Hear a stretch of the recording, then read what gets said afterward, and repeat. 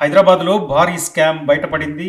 దేశవ్యాప్తంగా 6,000 మందికి పైగా డిపాజిటర్లను మోసం చేసిన స్కామ్ ఇది.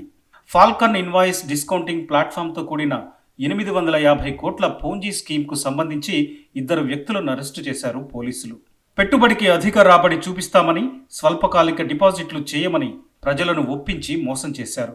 ఈ కేసులో ఇప్పటి వరకు 19 మంది నిందితుల్లో ఇద్దరిని అరెస్టు చేశారు. ఈ కేసులో ప్రధాన నిందితులైన ఫాల్కన్ ఎండి అమర్దీప్ కుమార్, సీఈఓలు ఆర్యన్ సింగ్, యుగేందర్ సింగ్, పవన్ కుమార్, కావ్యలతో కలిపి ఫాల్కన్ ఇన్వాయిస్ డిస్కౌంటింగ్ పేరుతో ఓ మొబైల్ యాప్తో పాటుగా వెబ్సైట్ను మొదలుపెట్టారు. తమ సంస్థలో పెట్టుబడి పెడితే 45 నుంచి 180 రోజుల వ్యవధిలో 11 నుంచి 22% మేర లాభాలతో విడతల వారీగా తిరిగిస్తామని పబ్లిసిటీ చేశారు. ఇలా 2021 నుంచి డిపాజిట్లు సేకరించడం మొదలుపెట్టారు. హైదరాబాద్ చుట్టుపక్కల ప్రాంతాలకు చెందిన దాదాపు 7,000 మంది నుంచి 1,700 కోట్లు సేకరించారు.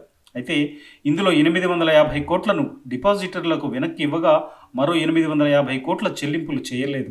కొంతకాలంగా చెల్లింపులు ఆపేసి సంక్రాంతి పండగ ముందు ఆఫీసును మూసేశారు. విషయం తెలుసుకున్న బాధితులు పోలీసులను ఆశ్రయించడంతో మోసం వెలుగులోకొచ్చింది.